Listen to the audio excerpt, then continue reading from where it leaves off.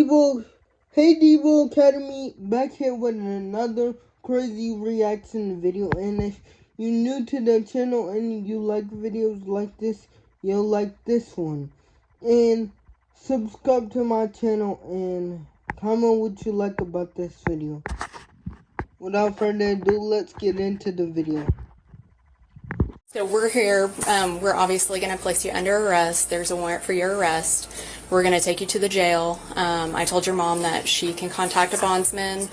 A tearful teen is taken into custody after committing brutal crimes against girls he dated. He may look meek in police body camera footage, but police say he assaulted, raped, and even strangled fellow teenagers. And a surprise sweetheart deal took his prison term from a possible 70 years down to 0. We're taking a closer look at how the teen and his mom reacted to police taking him into custody. We're on the case presented by Law and Crime. I'm Chris Stewart.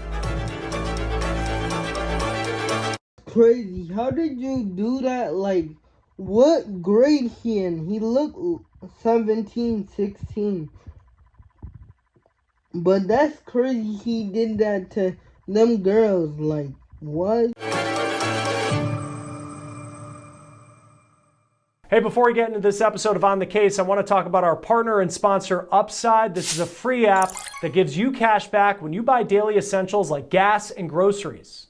Upside is so easy, it's free to use. I use it a lot when I pump gas. It also works at convenience stores like 7-Eleven or your favorite fast food place like Taco Bell. And again, we're talking about real cash here. So after you spend, money appears in your Upside account and then you transfer that straight to your bank. So here's what you do. Download the Upside app for free and buy whatever you plan to purchase. You pay as usual with your debit or credit card. Then you file a claim in the Upside app and then you get your money back. So to find out how much you could save with Upside, click the link in the description or scan the QR code on your screen and use our promo code OTC to get an extra 25 cents back on every gallon of your first tank of gas. An Oklahoma high school baseball player's name and face are now known across the country, and it's not for good reason. In August, 18-year-old Jesse Mack Butler of Stillwater, Oklahoma, entered a no contest plea to 11 heinous charges, including rape, attempted forced oral sodomy, and more. He was staring down a nearly 80-year prison sentence, but in a shocking twist, the court agreed to grant Butler youthful offender status, and instead of going to prison, Butler went home with instructions on how to complete counseling and community service requirements. Butler's exact treatment plan, it's sealed in the court record, but the district attorney's office released this statement, quote, "The youthful offender sentence imposed against some therapy when he already did his dirt. Like, it is in no way you're dodging that, and his bail is gonna be pretty high." Jesse Butler requires him to complete his rehabilitation plan successfully, including an aggressive schedule of therapy with a specialist in sex offender treatment, and should he fail, he faces reclassification as an adult and a sentence of 10 years in prison. The change in punishment sent shockwaves through the community. It devastated the two girls who had gone to school officials to report what Butler had done to them. A mom of one of the victims told the outlet Tulsa World that the families were completely against youthful offender status from the beginning and said that it was their understanding that the prosecutor trying this case would not accept a deal like that. Photos have been released showing one of the victims in the hospital after apparently repeated assaults by Butler. The victim's family says she ended up needing surgery because of severe damage to a vein in her neck. There are calls for the judge who approved Butler's deal, Special Judge Susan Worthington, to be reprimanded or removed for okaying this deal. Now, in just a moment, I'll talk to a judge who has advocated for youthful offender programs to discuss whether this one is a step too far. But first, I want to let you know what two official affidavits have to say about Butler's behavior and how he reacted when he found out he'd actually be taken into custody. According to the first affidavit, a 16-year-old identified by her initials LS told a school resource officer in September of 2024 that she dated Jesse Butler for a few months earlier in the year, and that during that time, he physically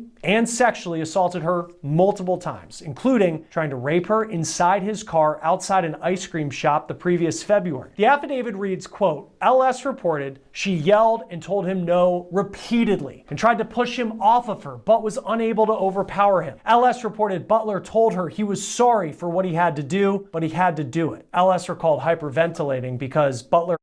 Like, you trying to do that to somebody younger than you when they tell you stop.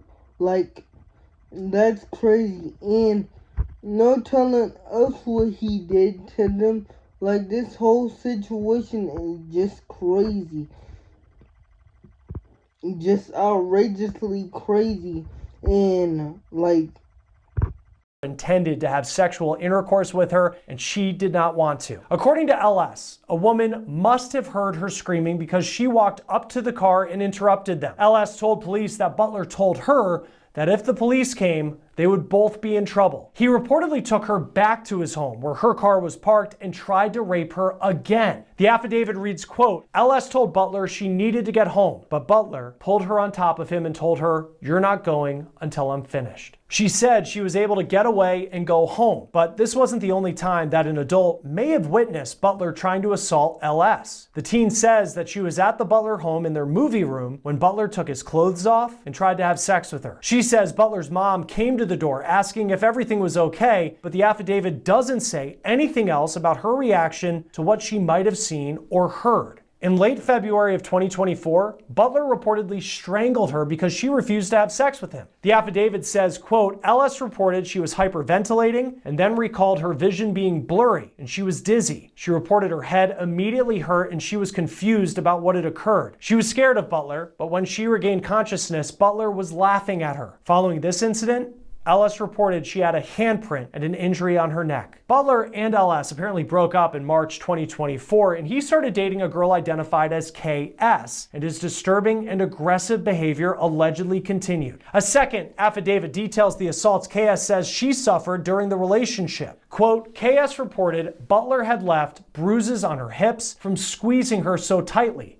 KS reported the intercourse was extremely aggressive, but she reported she quickly stopped fighting it because Butler would overpower her and hurt her to get his way. KS explained that she learned what to and what not to do to avoid being hurt by Butler. According to KS, Butler would pin her down and she was physically unable to get him off of her. KS stated this would often lead her to hyperventilate, which Butler thought was funny. According to the affidavit, Butler also strangled KS so long that she eventually passed out. She reported she woke up on the floor of the living room in a home where she was house sitting. She claims Butler was livid that she wouldn't have sex with him in someone else's home, so she says he raped her instead. Later that same week, KS reported that Butler choked her again, and it's for a sick reason. The affidavit says, quote, KS stated Butler told her he wanted to strangle her so he could film it on his phone. And if you can believe it, police found that video on Butler's phone, which showed him choking KS until she passed out. Butler was charged in March 2025 with 10 counts. An 11th was eventually tacked on when he reportedly violated a protective order. And we got our hands on body camera footage from Stillwater police that shows officers arriving at the Butler home and taking the teary-eyed young man into custody. We're ready to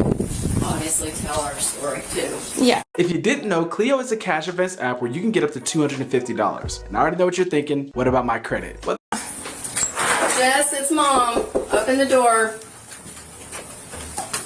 I ain't gonna lie, he needs to be put in jail because look what he's doing at an early age, like, and he might get a bond because he's so young, but that's gonna catch up with him in later life. Like, why would you do that? Because It's me. And if you'll just have him step out and give me your wallet and phone and stuff. So, okay. Your what? They're in the car. Well, okay, it's fine. It's not locked or anything, is it? Okay. So, can you tell him what you just told me, or? Yeah. So we're here. We're obviously going to place you under arrest. There's a warrant for your arrest. We're going to take you to the jail. I told your mom that she can contact a bondsman. And you shouldn't be very long, but there just is a process for paperwork and stuff. But right now you do have to come with us, and I do have to put you in handcuffs. So turn around for me. You have to put him in handcuffs? I do. Yeah, if I have to come transport somebody in custody.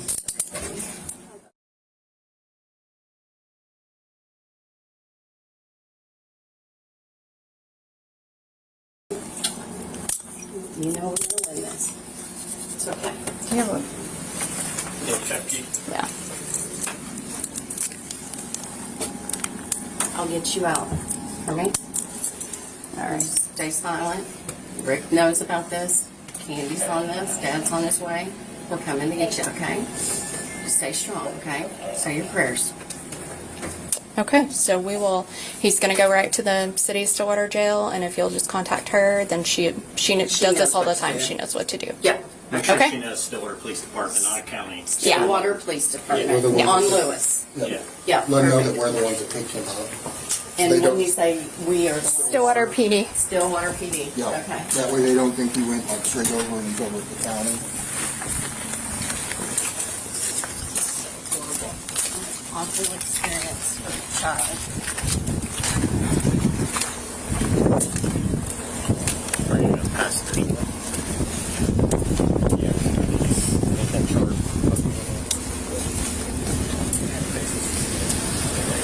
You going to pass it down and spread your feet for me?